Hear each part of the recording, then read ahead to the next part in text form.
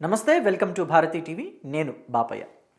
YSR Congress party నేత, మాజీ మంత్రి, మాజీ ఎమ్మెల్యే అంబటి రాంబాబు ప్రస్తుతం రాజమండ్రి సెంట్రల్ జైల్లో రిమాండ్ ఖైదీగా ఉన్నారు.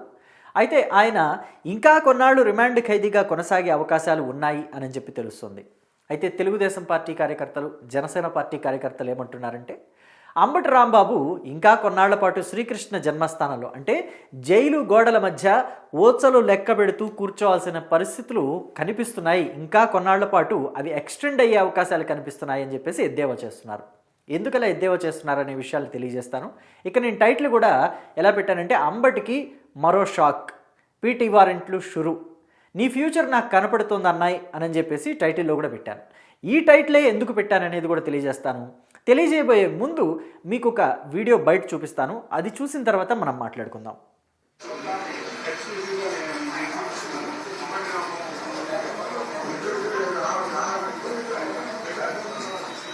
మళ్ళీ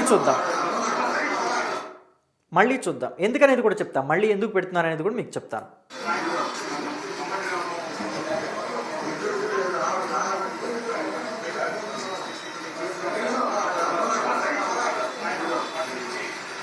చూశారు కదా, అంబటి రాంబాబుని రాజమండ్రి సెంట్రల్ జైల్లో రిమాండ్ ఖైదీగా ఉన్న ఆయన్ని గుంటూరులో కోర్టుకు తీసుకొచ్చారు. ఎలా తీసుకొచ్చారు అనేది కూడా మనం చూసాం. ఖైదీలని తీసుకొచ్చే వ్యాన్లోనే తీసుకొచ్చారు. ఆయన్నేమి కంఫర్టబుల్గా మంచి కార్లో, అంటే ఇన్నోవా కారో, స్కార్పియోనో, లేకపోతే ఎక్స్యూవీనో, ఇలాంటి వాటిలో లగ్జరీ కార్స్లో ఏం తీసుకురాలా. అందరినీ తీసుకొచ్చినట్టుగానే రాజమండ్రి సెంట్రల్ జైలు నుంచి గుంటూరు కోర్టుకి ఆయన్ని ఖైదీల్ని తీసుకొచ్చే వ్యాన్లోనే తీసుకొచ్చారు.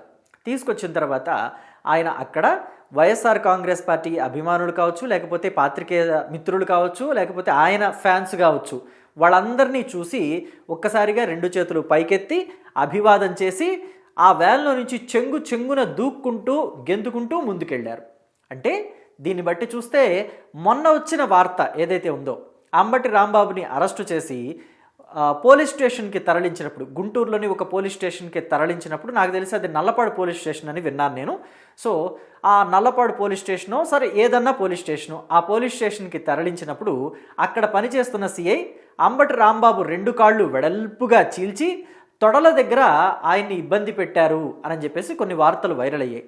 అంటే ఇప్పుడు ఆయన నడుస్తున్న తీరు కానీ, చెంగున దూక్కుంటూ వెళుతున్న వ్యవహారంగానే చూస్తుంటే అవన్నీ అబద్ధాలే, అవన్నీ కూడా వైసీపీ పార్టీలోని కార్యకర్తలు కావచ్చు, నాయకులు కల్పించిన అభూత కల్పనలే అని చెప్పేసి క్లియర్గా తేట తెల్లంగా మనకు అర్థమైపోతుంది. సో ఇక చూసుకున్నట్లయితే అంబటి రాంబాబు ఎందుకు అరెస్ట్ అయ్యారు, ఇప్పుడు ఆయనకి ఎదురు కాబోతున్న షాక్ ఏంటి, పీటీ వారెంట్లు ఎందుకు జారీ అవుతున్నాయి, ఈ విషయాల గురించి మనం మాట్లాడుకుందాం. సో ఇక చూస్తే అంబటి రాంబాబు ఎందుకు అరెస్ట్ అయ్యారనేది మనందరికీ తెలిసిన విషయమే. ఆయన ఆంధ్రప్రదేశ్ ముఖ్యమంత్రి, తెలుగుదేశం పార్టీ అధినేత నారా చంద్రబాబు నాయుడు మీద అనుచిత వ్యాఖ్యలు చేశారు. అనుచిత వ్యాఖ్యలు అని చెప్పడం కన్నా నీచమైన వ్యాఖ్యలు, నికృష్టపు వ్యాఖ్యలు అని చెప్పాలి. ఆయన ఏమన్నారనేది మనం అంతా కూడా చూసాం. లకారాలు వాడారు, ఎవడొస్తాడో రమ్మును, చంద్రబాబు వస్తాడా, ఆడెమ్మ మొగుడు వస్తాడా అని చెప్పేసి ఇలాంటి వ్యాఖ్యలు చేశారు. చేసినందుకు గాను మరి కార్యకర్తలంతా కూడా వెంటబడి తరిమితే ఇంటికి వెళ్ళారు. అంటే కారులో పరుగున ఇంటికి వెళ్ళారు. వెళ్ళిన ఆయన అప్పుడైనా సైలెంట్గా ఉన్నాడా, లేకపోతే బయటకు వచ్చి క్షమాపణ చెప్పాడా చంద్రబాబు నాయుడికి, ఆంధ్రప్రదేశ్ ముఖ్యమంత్రి చంద్రబాబు నాయుడికి క్షమాపణ చెప్పాడా అని అంటే లేదు. నేను స్పర్ ఆఫ్ ద మూమెంట్లో ఆ మాటలు అన్నాను, కానీ చంద్రబాబు అనలేదు, నేను తిట్టేటప్పుడు నా నోటి నుంచి మధ్యలో చంద్రబాబు అనే పేరు వచ్చింది అని చెప్పేసి అన్నాడు. సో తెలుగుదేశం పార్టీ కార్యకర్తల్ని మరికాస్త రెచ్చగొట్టాడు. ఎవరొస్తారో రండి, నేను ఎవరికి భయపడను, రెడ్ బుక్కి నా ఇంట్లో కుక్క కూడా భయపడదు, నా తోటలో 2 కుక్కలు ఉన్నాయి, అవి కూడా భయపడవు అని చెప్పేసి పూర్తిగా రెచ్చగొట్టేశాడు తెలుగుదేశం పార్టీ కార్యకర్తల్ని. వాళ్ళంతా వచ్చి ఇంటి మీద దాడి కూడా చేశారు. అయితే ఆ తర్వాత ఆయన్ని అనుకోని పరిస్థితుల్లో అరెస్ట్ చేయాల్సి వచ్చింది. అరెస్ట్ చేసి కోర్టులో ప్రొడ్యూస్ చేస్తే కోర్టు 14 రోజుల పాటు రిమాండ్ విధించింది. ఈ క్రమంలో జగన్మోహన్ రెడ్డి కూడా వాళ్ళ ఇంటికి వెళ్ళి ఆయన పిల్లల్ని కూడా పరామర్శించారు.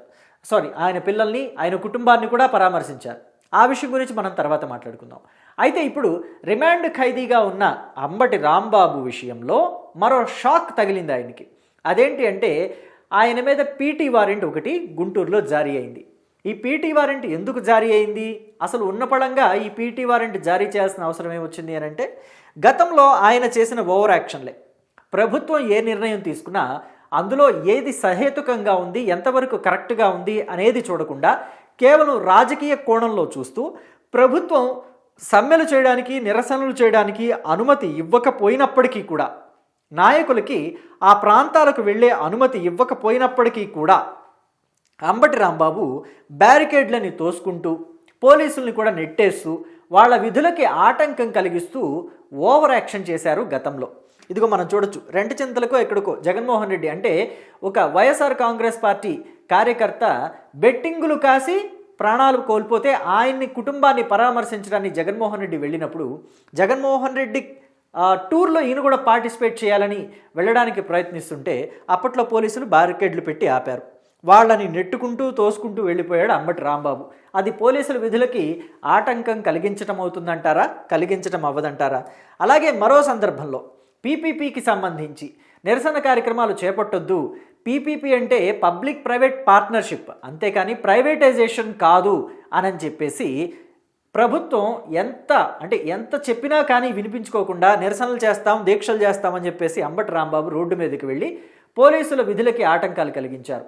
అంటే శాంతి భద్రతలకి విఘాతం కలిగించడమే కదా ఒక రకంగా. సో అవన్నీ కూడా కేసులు ఒక్కొక్కటి నమోదవుతూనే ఉన్నాయి.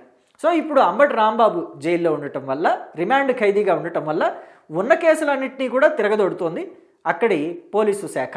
ఆంధ్రప్రదేశ్ పోలీస్ వ్యవస్థ అంతా కూడా ఆయన మీద ఎన్ని కేసులు ఉన్నాయో అన్నీ కూడా ఒక్కొక్కటి తీస్తున్నారు.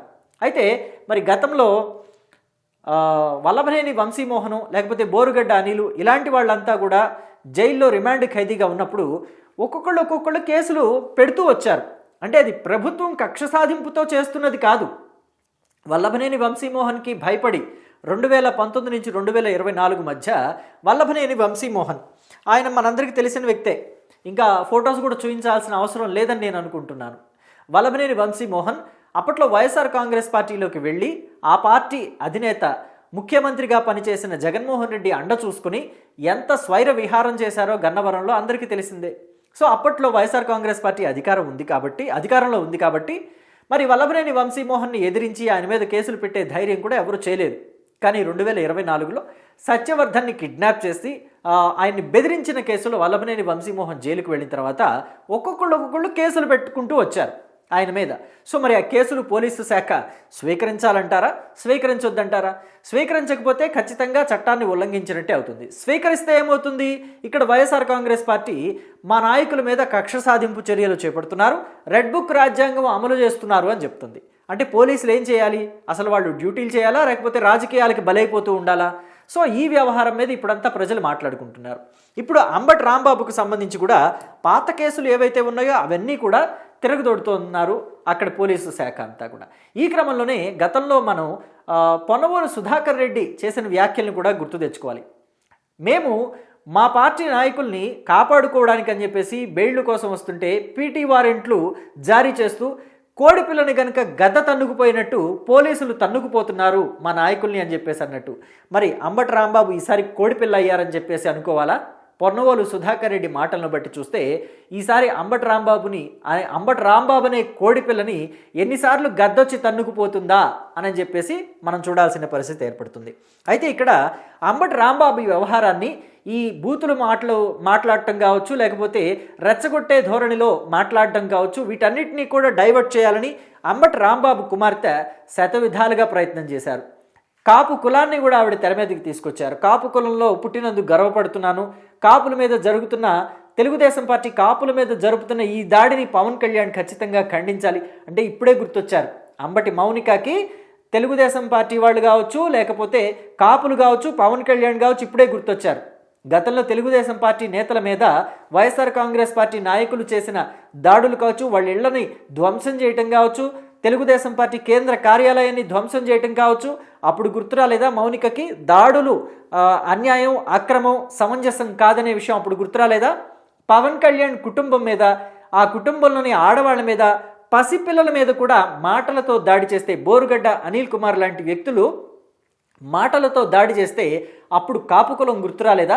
పవన్ కళ్యాణ్ కాపు కులస్తుడే అన్న విషయం గుర్తురాలేదా? మనకి నొప్పి తగిలితే మనకి చివుక్కుమంటేనే గుర్తొస్తాయా కులాలు, మతాలు, ప్రాంతాలు, పార్టీలు? ఇవి ఎక్కడి న్యాయమో మౌనికనే చెప్పాలి అని చెప్పేసి తెలుగుదేశం పార్టీ నేత అయిన గుంటూరు పశ్చిమ నియోజకవర్గం తెలుగుదేశం పార్టీ నేత అలాగే ఎమ్మెల్యే గళ్ళా మాధవి ఆవిడ్ని సూటిగా ప్రశ్నించారు. అయితే ఆ ప్రశ్నలకు ఎక్కడా కూడా మౌనిక దగ్గర నుంచి సమాధానం లేదు. ఇకపోతే ఆయన రెండో కుమార్తె మూడో కుమార్తె ఈవిడ అమెరికాలో ఉంటుంది. ఈవిడ కూడా అమెరికా నుంచి ఒక వీడియో బయట రిలీజ్ చేశారు. తన తండ్రి చాలా మంచివాడు, అలాంటి వ్యాఖ్యలు చేసినందుకు చింతిస్తున్నాము, అసలు నా తండ్రిని రెచ్చగొట్టిన తర్వాతే ఆ వ్యాఖ్యలు చేశాడు అని చెప్పేసి. మీ తండ్రి అక్కడికి వెళ్ళి పోస్టర్లు చించేస్తాను, ఫ్లెక్సీలు చించేస్తాను అని చెప్పేసి అవాకులు చవాకులు పేలితే వాళ్ళు కూడా ఎదురు దాడి చేశారు అని చెప్పేసి అక్కడి ప్రత్యక్ష సాక్షులు చెప్తున్నారమ్మా, మీరు ఆ విషయాన్ని గ్రహించాలి అని చెప్పేసి తెలుగుదేశం పార్టీ వాళ్ళు ఆవిడికి హితబోధ చేసే ప్రయత్నం చేస్తున్నారు.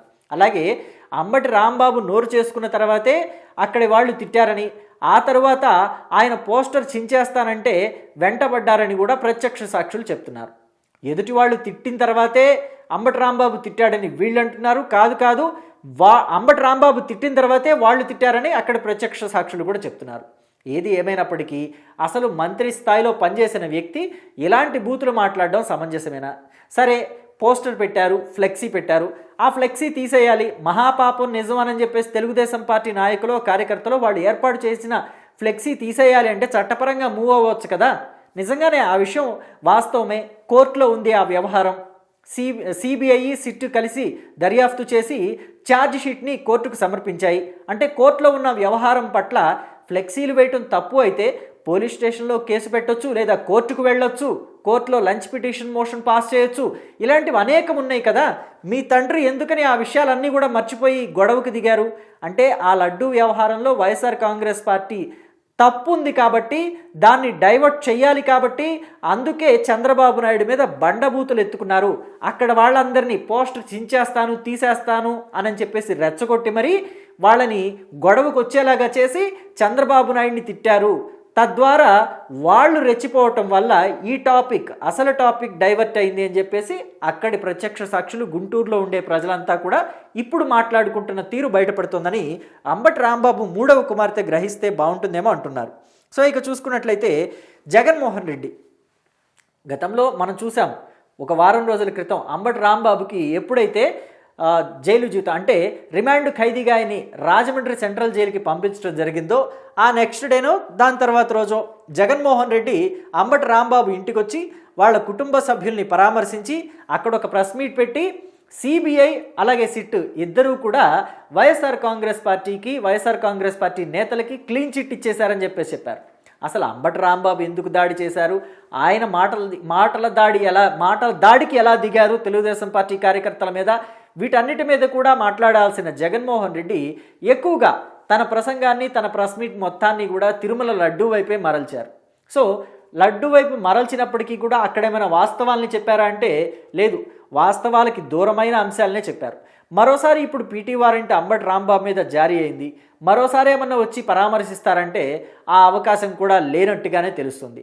ఈసారి ఏమన్నా పరామర్శించాలనిపించినా అంబటి రాంబాబు ఫ్యామిలీని ఆయన దగ్గరికైనా పిలిపించుకొని పరామర్శిస్తే అదే చాలా గొప్ప, అంతే తప్ప ఇక పరామర్శలు ఉండవు అని చెప్పేసి ప్రస్తుతం గుంటూరులో నడుస్తున్న టాక్. సో అయితే ఏది ఏమైనప్పటికీ కూడా అంబటి రాంబాబు ప్రస్తుతం రిమాండ్ ఖైదీగా రాజమండ్రి సెంట్రల్ జైల్లో ఉన్న అంబటి రాంబాబు కొన్ని సందర్భాల్లో అయితే బాగా పశ్చాత్తాపడ్డాడు, ఆయనకి ఫీవర్ వచ్చింది, ఆయనకి సమ్ హెల్త్ ప్రాబ్లమ్స్ ఉన్నాయి, రాత్రిపూట నిద్ర పట్టడం లేదు, నిద్రపోతే కూడా శ్వాస అందట్లేదు కొన్ని సందర్భాల్లో అని చెప్పేసి కొన్ని విషయాల్ని లేవనెత్తింది వైఎస్ఆర్ కాంగ్రెస్ పార్టీ. సో మరి వైఎస్ఆర్ కాంగ్రెస్ పార్టీనే కాదు, వైఎస్ఆర్ కాంగ్రెస్ పార్టీకి సంబంధించిన కొంతమంది నాయకులు కూడా ఈ విషయాన్ని బాహాటంగానే చెప్పుకుంటున్న సందర్భాన్ని మనం వింటున్నాం. అయితే మరి ఆరోగ్యపరమైన సమస్యలు ఉంటే మరి ఆయనకి బెయిల్ వస్తుందనంటారా, లేకపోతే ఆరోగ్య సమస్యలు ఉన్నప్పటికీ కూడా సత్వరమే మంచి వైద్యాన్ని అందించి ఆయన్ని జైల్లోనే రిమాండ్ ఖైదీగా ఉంచుతారు అని అనుకోవాలా? అసలు అంబటి రాంబాబుకి ఎప్పటిలోపు బెయిల్ వస్తుంది అనుకుంటున్నారు? అంబటి రాంబాబుని ఉద్దేశించి ప్రస్తుతం గుంటూరు ప్రజలు ఎలా మాట్లాడుకుంటున్నారంటే ఆయన్ని అరెస్టు చేయటం కరెక్టే అనుకుంటున్నారా, అరెస్టు చేయటం తప్పని అనుకుంటున్నారా, ఈ అరెస్టుని కక్ష సాధింపు చర్యగా చూస్తున్నారా, సమంజసంగా చూస్తున్నారా? వీటన్నిటి మీద మీ అభిప్రాయాన్ని కమెంట్ బాక్స్లో తెలియచేయండి. Thank you.